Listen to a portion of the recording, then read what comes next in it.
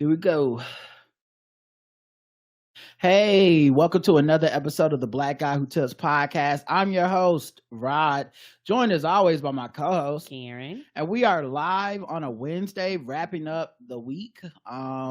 We had a great week, but you know it's not over until we talk about The Walking Dead.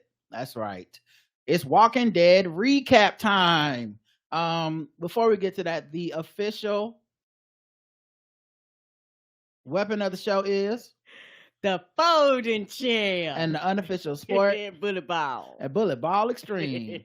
Find our podcast everywhere you get podcasts. Leave us 5-star reviews, especially if you're one of the people that wanted us to do these recaps. Yes. And we're doing them, and you're listening, and you're like, I didn't even leave these motherfuckers a 5-star review, and they are literally giving us an episode a week where they could be talking about gender wars, or they could be talking about politics, or they could be talking about pop culture and celebrities or whatever. We are not doing that because you wanted this and we made a promise and we pledged to do that. We did. And so leave us a 5-star review if you haven't already, because like this is literally for you. Yeah, this is for you. We see the download numbers. It's just a few of y'all. Come on. It's a handful. I can't believe y'all ain't leave 5-star reviews. Every last one of y'all. We should have thousands by now.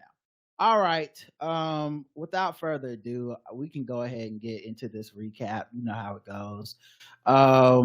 So this is episode 175.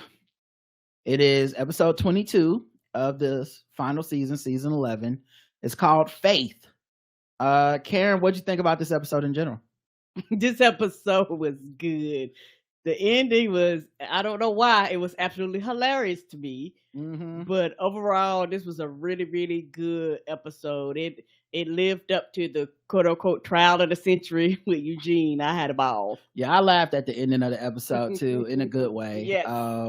Yeah, I enjoyed it as well. A lot was happening very quickly. They covered a lot. Which is good. I always like when they go fast. Just like that. Like, why are we fucking around? Yeah, I fuck with the pacing. But yeah, we're about to get into it and break it down.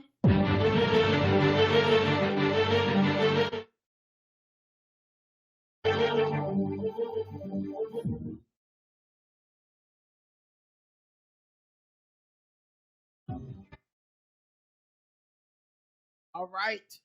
I broke this into 3 segments. Okay. Slavery.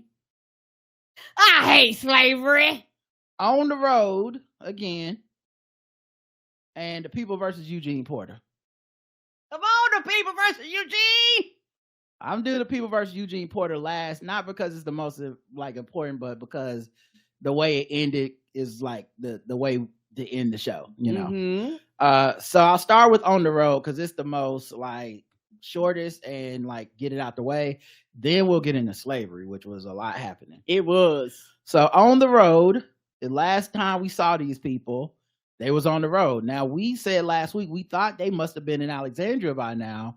Apparently we were wrong. Aaron, Lydia, Elijah, and Jerry are still on the road with the supplies and that horse. Yeah, and to an extent, I guess it makes sense because they got Jerry's hurt. They probably slowed their pacing down. They probably couldn't move as quickly, as they would have if everybody would have been 100%. Yeah, Jerry didn't seem too hurt this episode, but I don't. It's no reason to assume a lot of time passed. It just felt like a lot of time had passed, but right. there's no. We just assumed that. Mm-hmm. But yeah, so they were on the road. They're cautious about the idea of the variant walkers because they don't know if that's just a 1 in a million or 1 in 100. They don't know. Right. But they hear somebody moving through the woods, and it turns out to be our old friend Luke and a woman named Jules, who I don't remember Jules like that. I think it was Luke's girlfriend. Mm-hmm. That he was macking on. Yeah, the one he ended up staying in the ocean side when everybody else left. He was like, nope, I found the love of my life right here, and I'm staying at the ocean. Listen, okay, it's slim pickings. Come on, I only got one life to live, and I'm here. If a woman choose you in the Z-Pac, you just go ahead and that's where you live now. Mm-hmm. That's why Eugene ready to die. Come on. So Luke and Jules inform our crew, Aaron and them, that the Commonwealth has actually taken over Oceanside. because they're like, oh, we coming to Oceanside. And they're like, no, you not. The hell you is. It's locked down. Don't go up in there. They said basically some people from the Commonwealth showed up. Hornsby and his troops just took over the whole Oceanside, and they didn't get caught because they were like out scavenging. Yeah. And so they hid behind a house. They talked to Rachel, who was the leader of Oceanside, who, you know, we haven't seen in forever. Right. And Rachel basically told them, y'all need to leave and warn everybody else what's happening. Right. Like, we need somebody to tell them what's happening, because, like, we're going to get captured, but if y'all are free, y'all don't get caught too, because then they won't even know that this is happening, which technically they didn't know what was happening. Yeah, this is all surprise to us. We didn't know about Alexandria till last week. Right. So they kill some walkers while they're doing this exposition, you know. And then Luke talks about how he regrets leaving and they should have stayed. And then Aaron tells him, like, nah, look what happened. You found us. We got our other crew right behind us, because as far as they know, Connie and all those people were heading out right behind them. Right. And now they don't know that Connie and them got ambushed and kidnapped and shit. But they're like, listen, you found us. We gonna get Oceanside back. Don't worry about that. Yeah, and also I think with Aaron, particularly with, I think last week or the week before last, he kind of went through that thing where you're rushing and you don't have any strategy behind what you're doing. You can literally just fuck everything up. He was like, no, it's some good things happening here, because y'all found us, which is a good thing, versus if y'all would have tried to quote unquote stay and fight, they probably would have wiped all y'all out. Right. And so, or I mean, even if they didn't wipe you out, because that doesn't seem to be the Commonwealth's thing of like they find a community and wipe you out, but they will put you like on lockdown and fucking, you know, Aaron and them don't know about the slavery shit, but just the fact that you're no longer free to come and go, right, is as you a lot. Please. Yes. So then a herd of walkers approach and they hide behind like the horse cart, and then Lydia looks at a walker like she has an idea, and they're like, the walker's gonna see us, what are we gonna do to get away from this herd? So then we see they cut to the night, and later in that night, they have covered themselves in walker blood and merged with the herd. Now, they did not do the full whisperers. Like, they didn't put on zombie mask from the flesh, but they covered themselves in the walker blood, and we know the walkers will leave you alone if you do that. Right, and it's also one of those things where the herd was probably so big, they was like, we'll blend in regardless. And it was nighttime, too. Maybe, but, like, troopers were coming, the herd was there. There was a lot. The reason I bring this up is because the troopers, for some reason, had Jeeps, and they had spotlights on the back of the Jeeps, and they were leading the zombies somewhere. I'm not sure where they were leading them or why they were doing it. The reason it made me nervous is because they didn't cover their faces. So you got actual walkers next to like Lydia in a hoodie. And so with these spotlights, you can't really see what the troopers are looking at, but they can see you. So I was like, you know, with it being 6 or 7 of them dispersed throughout the crowd, it would only take 1 or 2 glances for a trooper to be like, wait, is that a fucking person? And just mow down the whole fucking zombie herd. So that's what I was worried about.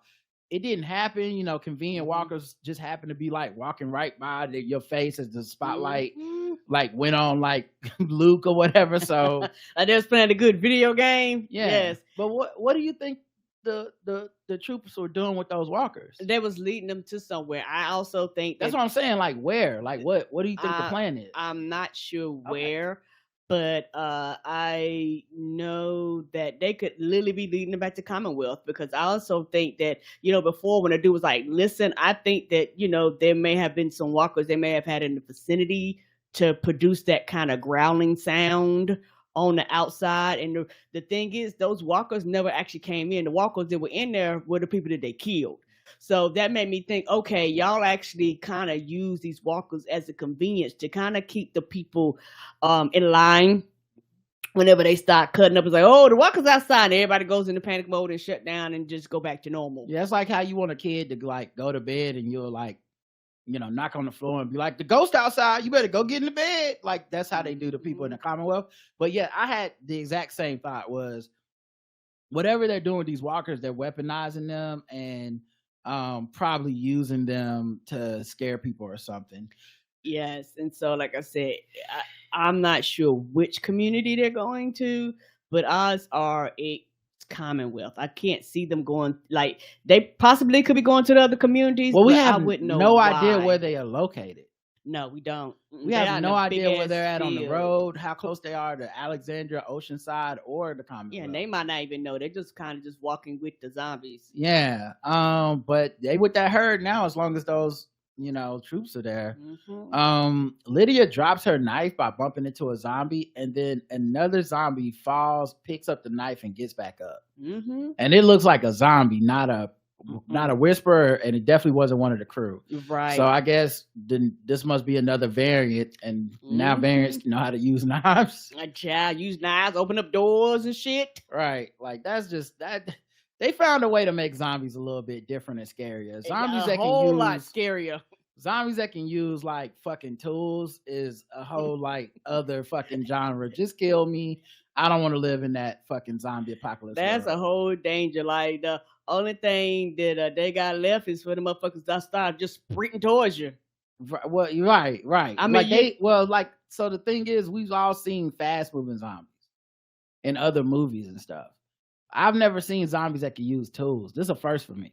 That's true. Like I've seen the fast zombies. Those are the scary ones too. The ones that hunt by sound, hunt by this. I don't think I've ever seen a zombie just like pick up a knife and be like, "I'm gonna fuck you up." Like what? What's the point of this? I got a weapon, bitch. I'm a weapon and I got a weapon. Yeah. Double weapon. Okay. Now back to the steak in the table. Yeah, you think you say next thing you know, you fucking hear a key and it come in. You're like, how the fuck you get a key? Right. So that was it for the On the Road. And that's good to slavery. This is kind of long, but I'll try to get through it. Mm-hmm. We get another montage. Judith's voice. Negan is what it's about. And it's Negan as like killing Glenn. And it's Negan like with his wife in that flashback episode where she died of cancer and he could, she turned into a zombie and all this shit. Then we cut to regular present day. Negan's doing some hard labor. Now, I'll give the people credit. He was carrying a big ass piece of wood. Yeah, he was doing that hard labor. Yeah, this felt like some nobody knows. Yes, it did. Like that was some real slavery he was doing. Then we see them doing some Ocean's 11 heist shit where like Kelly's doing sign language to Magna, being like, it's 2 guards inside, 4 guards on the perimeter. And then, she tells Magna tells Zeke, and then or Magna tells Negan, then Negan writes it down on a map, and then he's supposed to hand the map to Zeke. Yeah, Kelly was doing some sign language. Yeah, that's what I said earlier. Okay. The first thing was Kelly doing sign language to Magna to tell her the number of guards and the positions. So this was like their Ocean's 11, like we're gonna scout the perimeter, figure out the shifts of the guards, Now, why they needed to write it down, I don't know, because it was like, one, they were allowing them to speak to each other, and then 2, the numbers weren't crazy. It was like 2 guards inside, 4 guards on the perimeter or something. It wasn't like they was like, listen, there's 2 on the outside, 3 underground, 5 on the top. Yeah, it's like they literally got a skeleton crew because they're like, we actually got the guns, so we don't need a lot of us to fuck y'all up. But I think they wanted to show that our crew was, being our crew. Yes. They was getting ready to get the fuck out. Tyler Davis is a guy that we saw a long time ago when we first got to the Commonwealth. He took Max hostage and then turned himself in eventually. I forget who talked him into turning himself in, but someone talked him into turning himself in. Was it Mercer? Or was it his sister? Yes. No. I don't remember. Someone talked him down. Yes, though. I don't remember he didn't kill Max. He didn't kill himself. I don't remember who. But someone talked him down. I want to say, in my mind, it feels like it was Zeke or somebody. It's Daryl. There you go. Yeah, it was Daryl. And so we have not seen Tyler forever. Tyler been slaving. Yes, he has. He working hard on the field. We wonder what happened to Tyler. I thought maybe they killed him or some shit, but they didn't have a mock trial like they gave Eugene. So they took him out and put him in chains. Shipped to the chain gang. Right. And so Princess tells Zeke about Tyler and says, hey, that's that dude. maybe we can use him in our revolution. And Zeke is like, I thought he kidnapped Max. And she's like, I didn't say I like him. I just said he got balls. Right? She was like, what they got to do with anything? This is also a big deal because this is our first time knowing that Princess got kidnapped. And she's here now. Because last time we saw her, she was basically telling Mercer, I'm getting out of town. So I guess they didn't let her leave. They took her, they kidnapped on her way out of town. Probably right after she spoke with him. Which is interesting because Princess was determined to just leave everybody alone and go home. Yes. And they still kidnapped her. Then we cut to the warden who's on the hill. Oh no, I'm sorry, I'm skipping something. So Negan is supposed to get a map to Zeke with the position of the guards. He instead gets distracted by seeing Annie doing some work, and he asks the guard, can she get a break? And the guard is like, thinking first he thinks Negan's talking about himself. He's like, no breaks, get back to work. And he's like, not for me, for my wife. She's pregnant. He didn't say she was pregnant, but he's like her condition or something. And then they basically was like, man, get your ass back to work. They beat him up. Annie tries to help. They push her to the ground. Negan out here like, give us free. Right. Now also, like, one of the things about this Negan shit is I would be a little more okay with Negan like throwing himself in front of, the guards to, take a stand. If Annie would calm the fuck down, but right, every time he do some shit, Annie runs over to try to help him. My Vanilla King! Right. And Annie, but the thing for Annie is that like she's pregnant. And I worry about like she punched the guard and then they pushed her down and dragged her away. And I'm like, come on, y'all. Like, I'm pregnant, but you're gonna get these hands. I'm like, what about this motherfucking like black maternal health rate? What are we doing? What is we doing? I don't want to see little fetus get jarred. Like she want to have the baby. Let's you calm down. Let your white man use his white privilege. Come on. The point of being with a Vanilla King if you're not gonna let him be vanilla. Yes. The warden's on a hill. He oversees all this stuff with Negan. And we cut a little further away, and Daryl and Carol are also on a different hill looking down, doing reconnaissance, and they see everything that's happening with Negan and them. Carol, Daryl, Rosita, Gabe, Connie, and Maggie from last week, they all talk. Like, hey, Daryl's like, we seen them. They stuck. They gonna die down there. We gotta get them out. Ain't nobody getting free. And they do bring up that the kids are not there. So they're still looking for their kids, Coco, Judith, Herschel, all that. So the kids aren't down there doing slave work, but the adults are. Carol's like, well, not Carol, Maggie, I think said we can go down there and get them. And they're like, no, it's too many guards. They're all armed. We can't just go down there and get them. And the kids ain't down there.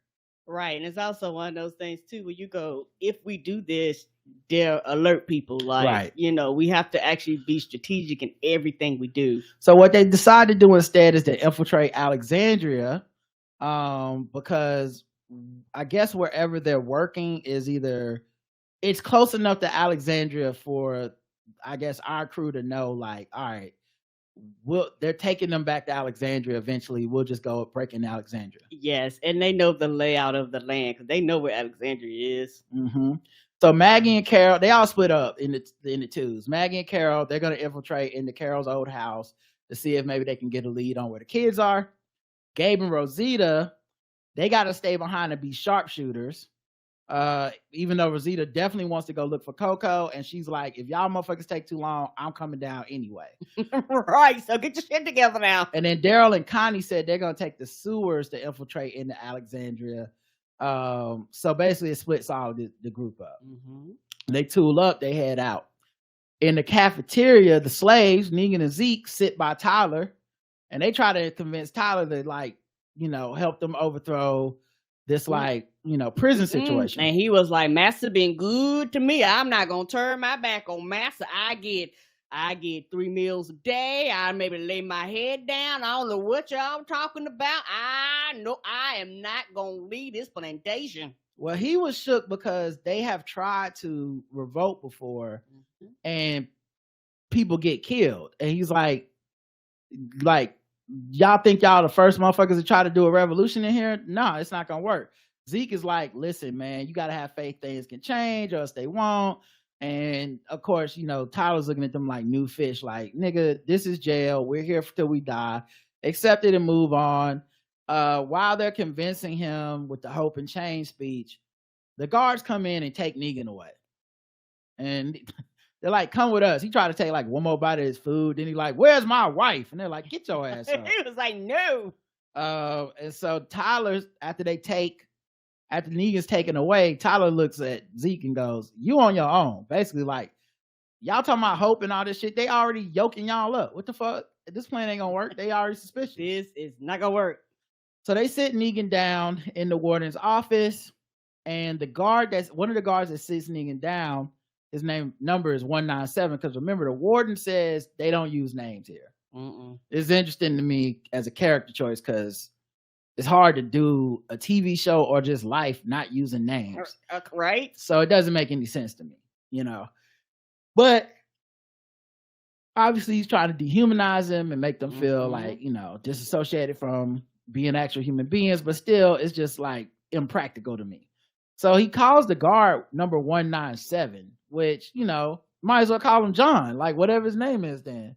But he tells the guard in front of Negan that, hey, 197, your transfer has been denied. And the dude is like, but my brother is sick. And he's like, well, if that's too bad, because you went behind my back to ask for a transfer, and now you're gonna be doing 6 more months of hard duty here in the prison. So you know you ain't gonna get to go see your brother.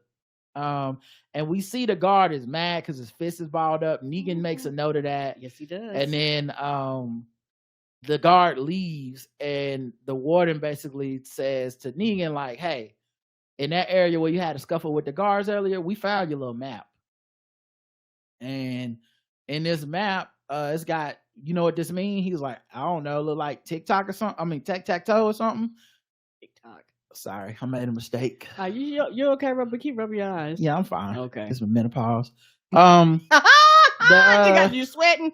The warden says basically like, listen, you I know what this is. You might try to act like I don't know, but this is a map of my guards and the change during the shifts in position and all this other shit. So nigga, come clean.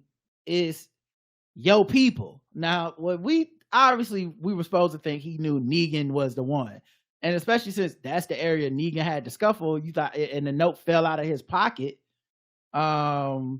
And she was like, I mean, the warden was like, nah, it's one of your people. And I could tell you a man that used to like, I thought you were a leader, but you seem to be, you didn't separate yourself from everybody. You seem to be with them and trying to be one of the people.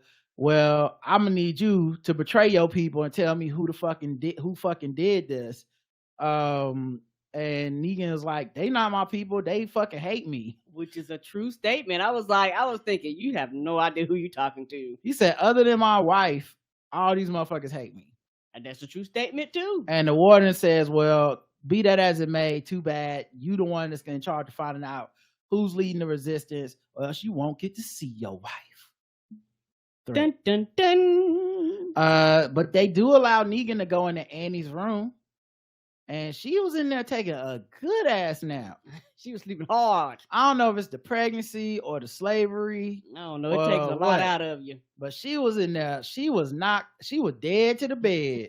Dead to the bed. Dead to the world. And so Negan wakes her up. They exchange a bunch of tender nothings, you know, a bunch of like, oh, we're going to get out of here. He's like, oh, my chocolate princess, I'm gonna get us out of here and take care of our little swirl, baby. Yeah, they started making jokes. You know, he was like, I used to not be shit. She was like, I know. And they, you know, start laughing and stuff. Yeah, and it's clear that Annie just does not know the horrors of the Negan that he was. It's just, and maybe that's the only way a person could love him, is to not know how evil this nigga was. Because he's still Jeffrey Dean Morgan and a very attractive man. And there's many a person that would slide right down that vanilla pole. All right. just lick all the red off the candy cane. And so I get how she might, be down with him, but it does say something that, he every time he starts talking, we as an audience do know. So when he's like, I know men like him, like the warden, and I used to be him. And I'm like, oh, you was worse than him. You was worse than just regular slavery. Okay. But at any rate, they basically agree because he won't tell her his whole plan, but she's like, don't get yourself killed and shit. He said, I'm going to get us out of here and I'm going to handle the warden. And she says, if I don't do it first. And I said, I like Annie. Yeah, she gangster. That's why she was like, yeah, I might be pregnant, but we're just still going to get these hands. Yeah, I don't like that, that she keep throwing herself in front of, like, because I know how Negan ain't shit, but it's, so every time she risk her life for Negan, I'll be like, girl, but, I get it. I get it. She ride or die. In the sewers, Daryl and Connie get a walkie. They arrive in the sewers. They get a walkie from Carol that says, hey, we made it into Alexandria too. Maggie and Carol sneak around. Eventually they get into Carol's old house. They ambush a guard. They knock his ass out. Child's play for our crew. Right? Nothing. Then Maggie and Carol have a heart-to-heart about having a kid in the Z-Poc, and now that Herschel's been kidnapped and just how shitty things have been for Herschel in general, Maggie feels like a bad mom and like, should I even have had a kid? Was it selfish? And Carol basically says, is it selfish that I miss all my dead little kids? Yeah, she had several of them. And she says, we out here trying to make the world better, and part of the reason you're doing that is because you got kids. So that's hope. So don't give up. And it's like a cute little moment. And then they hear a disturbance upstairs. Oh, and Maggie had said, she thinks her mom's playing tricks on her. So she's like, I just feel like I hear Herschel's voice everywhere, So the next day at the job, the slave job, Zeke warns Negan not to go rogue again. Like, you were supposed to hand me that map. Then you got beat up. Fucking up the plan. Right. Then you got abducted in front of Tyler, so he ain't going to work with us. Like, we working together. I'm out here recruiting and you fucking up the recruitment plan. And Negan tries to be like, calm down, I got this or whatever. And then Zeke is like, what did the warden tell you when they pulled you to the side? And when Negan tries to brush him off, Zeke fucking like lets him know, like, nigga, we not friends. Never have, never will be. Yeah, he's like, you don't even fucking know why we not friends. He was like, you killed Benjamin. Mm-hmm. Benjamin was Henry's brother. That's my son. Mm-hmm. And your apologies mean nothing to me. I don't fuck with you. Come on. And as a record label and a crew, you don't deserve to start over. You don't deserve to be a father. You deserve to be in this prison. And then Negan tells him, like, okay, like, he finally kind of pulls of Negan and goes, well, I'm going to be a father anyway. And we don't got to be friends. You do you, I'll do me. And you know what? I'm going to do it for my kid. Which is interesting because we know that the warden's looking for a name to be the traitor. Mm-hmm. He's empowered Negan to find out who it is. And Negan has now this, Zeke is beefing with him, basically giving him a voluntary in the name without knowing it. Yes, giving him motive. Like, Negan could easily be like, man, I don't like this dude, don't fuck with me. I'll distract everybody by saying he the traitor, and then the rest of us will fucking come up with a plan. But then Negan walks off, and in the next scene, we see he's in the warden's office again, and he's like, I got a name for you. And it's like, oh shit. Mm-hmm. He gonna tell on Zeke. I was like, and my thing was, that makes sense because Zeke out here puffing his chest, and he was like, oh, word. Now here's the thing though, Karen. Here's the thing. The warden said he don't go use names. So how I'm gonna have a name for you? What did it even mean to the warden? You see what I'm saying? That's why I said the name thing's stupid. Everybody need names. Who's the snitch? Okay, I don't want to sound racist, but he's a black guy, about 5'10". He's got gray dreadlocks. Like, it's just dumb the whole don't use names thing. Because the people are gonna do it. Mm. But yeah, so then at night, all the slaves are waking in the middle of the night, taken out of their beds, Everybody was sleeping good. taken to the windmill in Alexandria. Like they take them in front of the windmill, and they did some real clever like misdirection here because the guards really grabbed Zeke and Annie. Like they like grabbed them by like both arms and shit. And there's probably like 20, 30 people, but the rest of the people, they're not really grabbing up on them like that. Right. So it makes you think like, oh, he gave them Zeke's name. Yes, sir. And so the warden is out there. Oh, we get to see Nabila. Yes. I was like, that's where she went. I was like, when they said they snatched everybody, they meant everybody. Right. And it's also very telling that means in Alexandria, when the Commonwealth took over, they separated the parents from the kids. Yes. So even if you was already in there living with your kids, they take your kids because the kids weren't even in that room. And it's, Nabila's not just gonna not be around her fucking kids. Child, she got a 1,500 of them. Right. So, she probably wanted to break, but not this way. Right. So then now imagine they let you see your kids, but just not on a daily basis. Correct. That's probably what they do. So basically they take you out, they took everybody out to the windmill.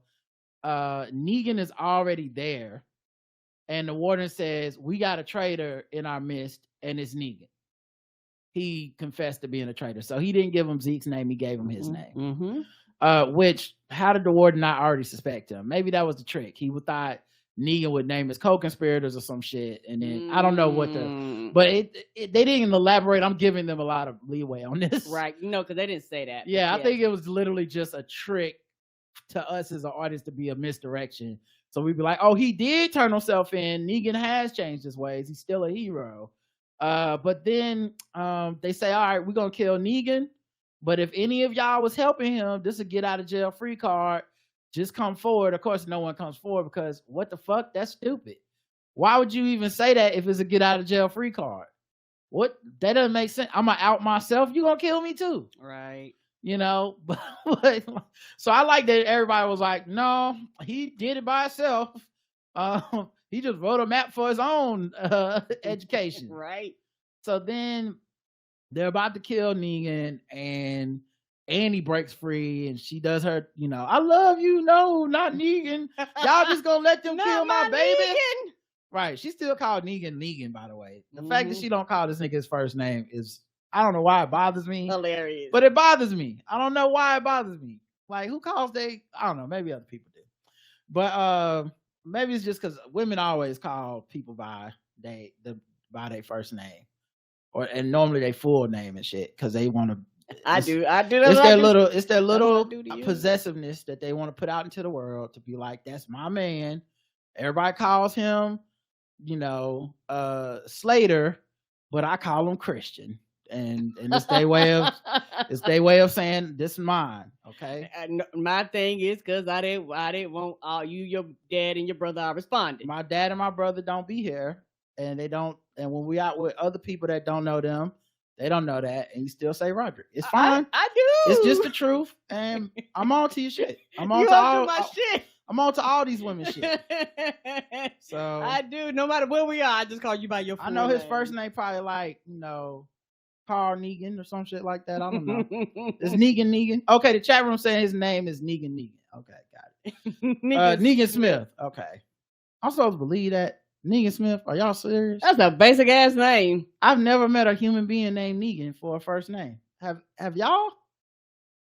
That's okay. Anyway, so there is his first name. So actually I am correct. She called him by. Gotta keep it a tradition alive. Right. Anyway, so Negan, she's like, I love him, and then he's on his knees prepared to die. They're about to shoot him, and Annie begs for his life to no avail. I love this part too, because as much shit as he's done, they wouldn't, but he's not the person they would be like, stop, don't kill him. Like, he's Negan, and there's no matter what level of like redemption he's had, he's not too sympathetic of a figure because he's abused all these people. Right. So I actually like that. I mean, it's sad that this black pregnant woman was crying, but I actually like that nobody stepped forward. They were like, well, my name is Bennett. Yeah, and also, truth be told, I think nigga that prepared for that. Like, nigga was like, oh, I know nobody's gonna step up for me. I've been a horrible person, and if this is the way I die, so be it, because, you know, I've done some terrible things. But then Negan looks at the warden defiantly as the warden says to shoot him, and the warden stops it. And I think it was literally this look that made the warden go, nah, fuck you, because you're ready to die. And he went and grabbed Annie and said, I'm gonna shoot her. And then he says, and the warden says, there's no martyrs here. You will feel this punishment. And black maternal health still suffering in the Z-Pot, guys. Okay. Still suffering. Tougher out here for black women. I clear. But then Negan pleads for Annie's life. And he's like, that wasn't our deal. We had a deal. And the warden's looking like, oh, well, nigga, shoot him. And then the soldier 197 is part of the shooting execution squad.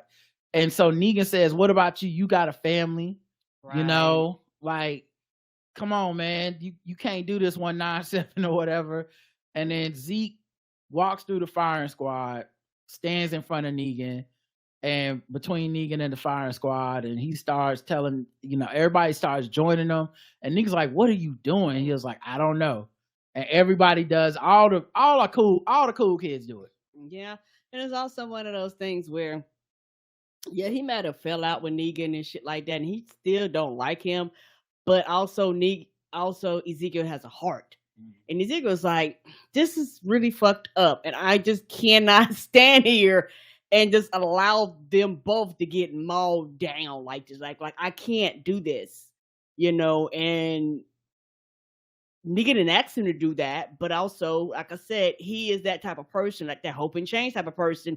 He's like, hey, we can work this out. Like, you can't just shoot these people like this. But also, this is what they talked about last week. Negan said he would give Ezekiel a chance to have a spark to give everybody hope. Yes. So this was that moment, and Ezekiel like seized upon it and jumped up there to be like, hey, don't kill him, you know. And everybody joined him except for, like, you know, the assholes. Because it was some people that didn't join. I was counting. I was like, only like our crew stepped in front of the bullets. Yeah. Oh, and whatchamacallit, the dude they was talking to earlier, Tyler. Yeah, he was over in the corner. Yeah. So then the fucking warden's like, oh well, shoot their ass too. Like, you joined the party, okay? Yeah, he was like, I applaud y'all bravery. All right, kill him. But finally Zeke gets through to 197 because he's like, you don't have to do this. This world is broken, but you don't have to be. Come on, King Ezekiel. And the King voice worked because 197 pointed his gun at the warden. Then another guard pointed his gun at 197. 197 shoots that dude. The warden takes Kelly hostage because all hell is breaking loose.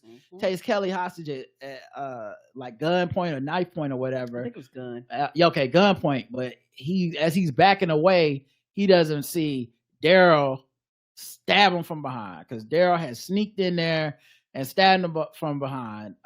We also got a short scene I forgot to mention because it was so short it didn't matter to me. But when they were walking through the sewers, Daryl and Connie had a moment where she calmed him down because she was like, I'm scared too or something. But I don't know. The scene didn't really do much for me other than just to say, like, you know, don't they have great chemistry and don't we want them to swirl it up? And the answer is yes. Yes. Of course he does.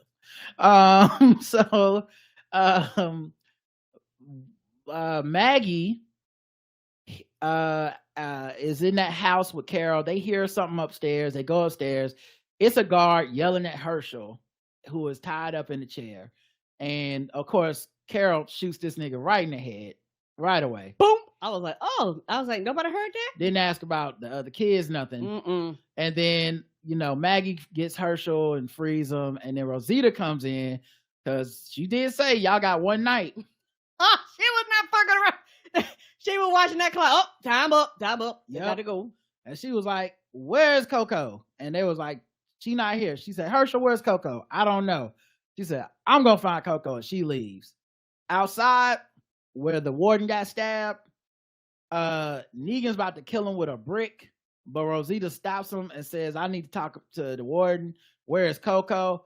The warden is so evil. I mean, he's like over the top evil. Yes. You know what? The warden is what the governor was in the comic book, if that makes sense. Like, that's ridiculous, just over the top. The warden to me, for no reason. The warden to me is the employee of the month.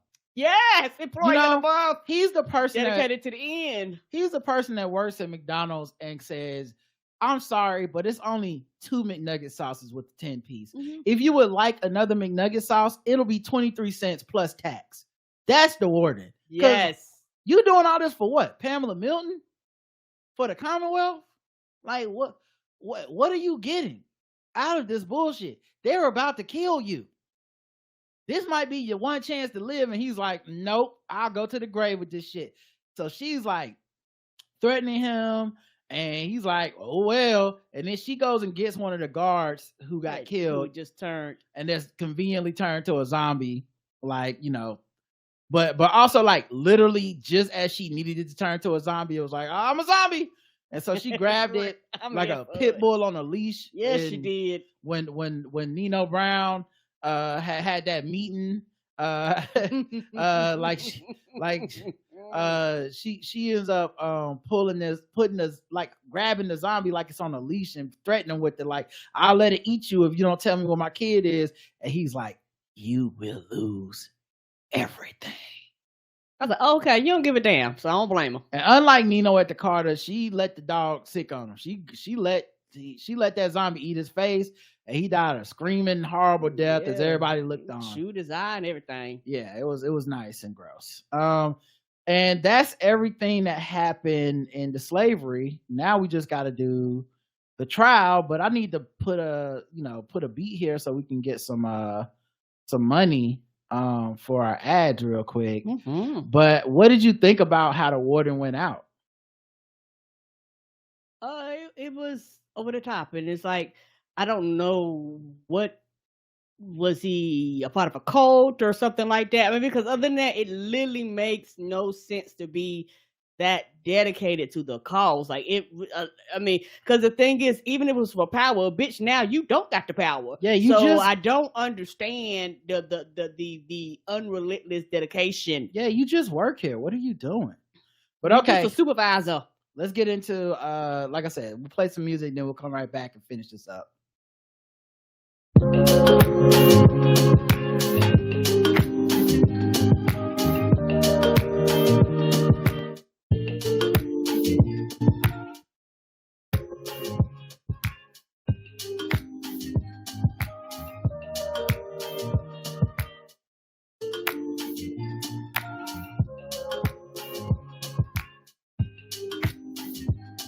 All right, let's get to the last segment. All rise for the people versus Eugene Porter. All rise. Or How to Get Away with Killing Sebastian. Come on through, How to Get Away. Pamela Milton is on the stand, and she is giving the best white woman tears. It's like she went to Starbucks and they was out of pumpkin spice, and she is like, y'all got some more in the back. I won't speak to a manager. She is talking about her sweet, poor, dead son, Sebastian. Such a good egg. Gone too soon. You know, take me with him, Lord. You know. Yeah, she giving you that work. She already had the haircut. Mm-hmm. So then she started saying how Eugene is the one responsible for taking her son from her, and she's just editorializing and ad-libbing, and it's such a sham trial that the judge allows the statements to stay on the record, even though Yumiko objects. Right. So then it's Yumiko's turn to ask Pamela to cross-examine her, and she brings up the lottery, like, what's the lottery about? And we see, like, as she's questioning Pamela, the crowd of people that are witnessing the trial, the people that are, you know, sitting in the pews, they are all on Yumiko's side. Like, they're like, yeah, the lottery is fucked up, and this, we are discontent, and everyone's agreeing with her. But then Pamela says, that wasn't Sebastian's voice on the tape. I know my son's voice. they doctored and altered the tape, and I'm like, with what technology? Right. It's a tape. Right. And why was he so furious at her? Like, because it's not Yeah. like he hid his face. Like, he was fucking furious for something to be fake. Yeah, and like, well, she would say he was furious at the fact that it was fake, but to me, I'm like, they don't have MP3s. They didn't record this with podcast mics. They didn't, edit this. Ain't no AI. They didn't use editing software. It's a tape. Old school. Like, tape. unless somebody got a Killer Sebastian impression. A bomb one. But that was, she said it was fake. And she was out here like, misinformation. Right. Fake news. And so Yumiko looks over to Mercer, who refuses to even make eye contact with her. Because we know Mercer knows she's crooked. Back in his cell during the recess, Eugene is listening to the people outside the prison, and they're all riled up, and he's like, hey, they're inspired outside, at least we know it's working. Like, the people, like, we're getting through to the people. And Max is like, yeah, that's the whole point. And then Yumiko's like, that's not the whole point, because you might get through to the people, but by the time that happens, you're going to be dead. Right. Like, you got to get through we trying to get through the people in the courtroom, the jury and the judge, and that's not happening. Where, the crowd is one thing. That's about the revolution. But what about, living? Right. But then Eugene gives a speech about how he's prepared to die, and he knew this was, part of what the risk was. And Yumiko's like, nah, we can't give up. What about Mercer? He knows about Pamela Milton. We should put him on the stand, get him to join our cause. And she's like, Max, can you talk to Yumiko says, Max, can you talk to him? It's your brother. Max is like, Well, Max doesn't say she doesn't want to do it. She says she can't because his guards won't allow her near the building, which is something I've been wondering the whole time. When I seen Max in the courtroom and then back there talking to Eugene, I'm like, I'm surprised Pamela hasn't done something to Max. I'm not saying she would send her off to slavery or whatever, because I know Mercer is like her right-hand man. That's probably but I'm surprised she's not confined to like her quarters or something, or, just because Pamela seemed that kind of like petty and paranoid. And it's also, not trying to funny, it's one of the things where she considers Max dangerous, but I don't think she considered her quote unquote that dangerous, if that makes sense. Like, she's not looking at her like she's looking at some of the people from Alexandria. It's just interesting because she knows Max betrayed her. I really feel like if it wasn't for Mercer, Max would be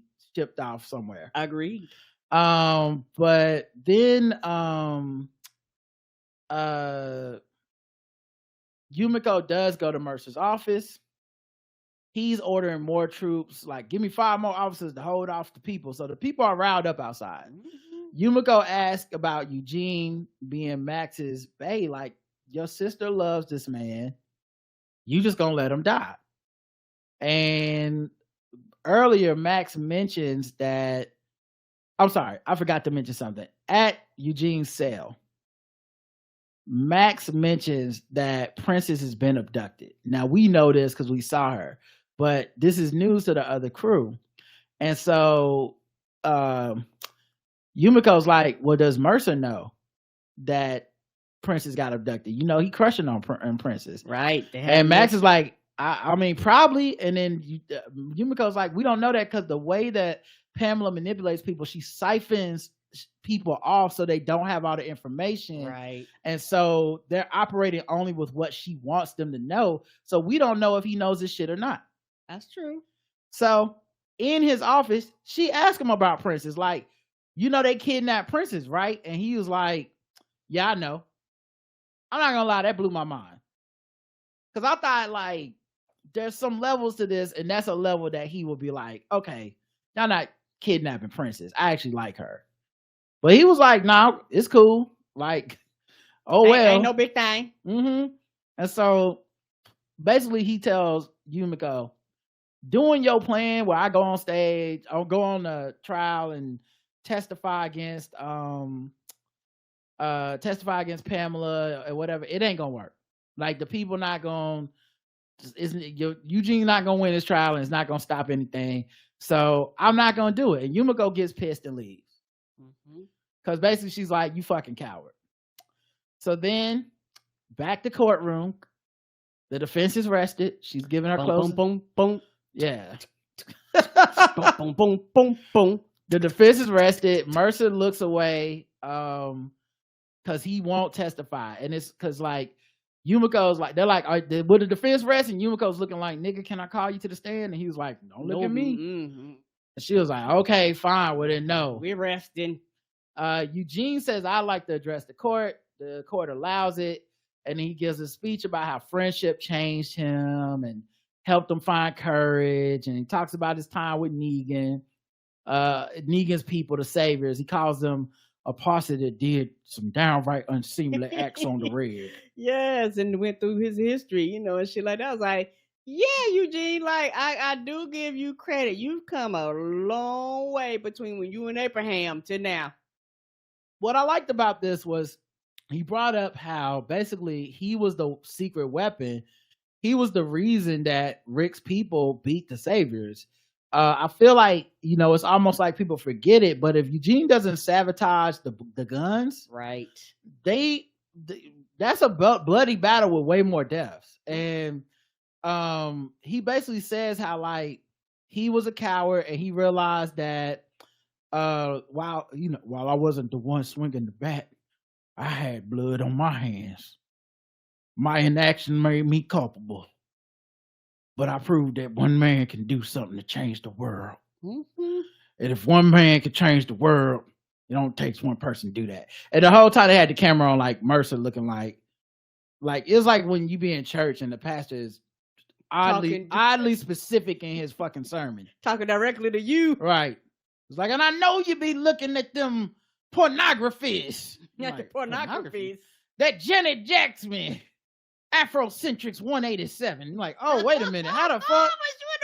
What the fuck? Yeah. But yeah, he says we see that Mercer shook, but he doesn't say anything. Right. So as soon as Eugene is done talking, he's like, that is all.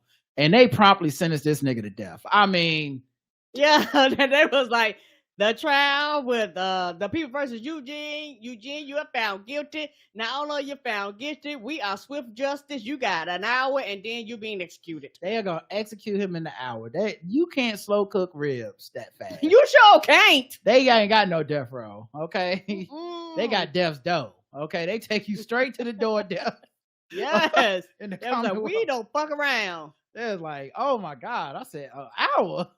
Oh my! They don't want no mistakes. What about a retrial, appeal? Can we get an appeal? Nothing.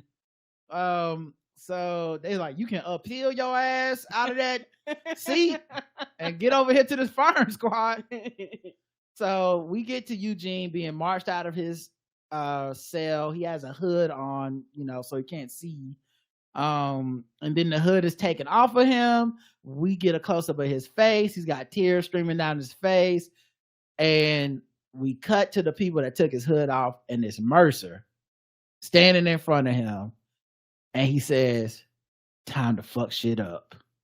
And for some reason, that was the most fucking hilarious thing ever. I don't know if it's the way he executed it or what, but I just started busting out laughing. I was like, let's go. I was silent for like 3 seconds, and then I started laughing. It was like, what? Oh shit, this nigga finally ready to do something. And who knows, that may have literally been his plan the whole time. Right. But he was like, if I do anything outside of this, I'm fucking up my plan. Right. So I can't wait to see if this was, you got through to me with that speech and y'all making me do the right thing. Or if he been like, oh, they took Princess. Okay, bet. I'm gonna let them go through with their little sham trial. And then when it's fucking time for the execution, now we finna flip the script on their ass. Right. We don't know how far his plan goes yet and how long he's been planning it. Yes, he couldn't tip his hat to anybody because he had to let people believe. Well, that's your assumption, is that he had this plan for a long time and Mm-hmm. I don't know. That's how true. can you know that it wasn't that Eugene and Yumiko changed his heart? Possibility, yes. I mean, I guess we'll find out. I hope it was a plan. I hope you're right, by the way. I hope that it is he was thinking this shit from jump, but some of the way he be moving, I'll be like, nigga, are you stupid? Or like you can't, like, also how you gonna do this plan? You're not gonna rope in like some other people you can trust, because it's just weird to me, some of the stuff he's if this has been a long-term plan. Either way, welcome to the party, pal. Appreciate you. We glad you're here. Because you was about to go on the coon list and it was getting real close. It was getting real. Like, this nigga had, we got 2 episodes left. He had 2 more episodes to figure something out. Because I was about to really be like, Mercer might be the biggest disappointment in the show. Yeah, from the comic book. You're like, come not on. even from the comic book. I'm talking about in the show as a character, from when he was introduced to what he ends up being. If he's just the right-hand henchman that let Pamela Milton run roughshod over the Commonwealth, and also like take his bae, and also because Princess can't never respect this nigga if she survived this shit. She see this motherfucker in the streets, it's on sight. Like, fuck that. And everybody done gave him all these speeches trying to reach him too. Like, if he would have really been like, sorry y'all, I don't know what y'all talking about, it would have been bad. I would have been like, fuck this dude. So I'm glad that he's starting to show some backbone. Yeah. And I hope that, we get something next week. What are you looking forward to next week? I'm looking forward to seeing who is going to change sides. Because, something like the guards in the room are with him. But it's like, how are you going to convince the other guards? I guarantee you're going to have a large percentage of them that was like, don't know what the fuck y'all doing. Pamela said do this, and that's what I'm going to do. So it's going to be interesting to see it. I can see it being like all out, just a war. For me, where are the babies? That's a great question. Where the fuck are the babies? Are we going to find them babies? Because we got to find them babies. Child, they fuck around you to be done fucked all them up. We need to find the fucking babies, man. Coco missing, Judith missing, RJ missing. Who? RJ's missing. What's Aaron's baby? Aaron's baby, yeah. She baby missing. Girl. Gracie. Gracie. All these babies missing, man, and I'm scared they did something to them or something. But like, hopefully they didn't kill none, because I don't think Nabila would be there if they kill her babies, or if she even suspected that. And I assume they let you see your baby sometimes. But nigga, they need to find them babies. I'm fucking over the Commonwealth. Fuck them. Yeah, and I do agree with what you were saying about the Commonwealth. How they did a great job with letting it be more than just a difference of opinion. It's like, no, this is just fucked up. Yeah, exactly. Now, Commonwealth in the show better than Commonwealth in the book. Because in the book, you almost could talk yourself into like, nigga, what? This is fine. Like, okay, so they got a caste system. I don't know if you read the rest of these issues, but you only got one hand because motherfuckers doing way worse than this. But anyway, thanks for listening, everybody. We'll be back next week. Until then, I love you. I love you too. Mwah. Bye, everyone. Thank you for listening. We the last Walking Dead.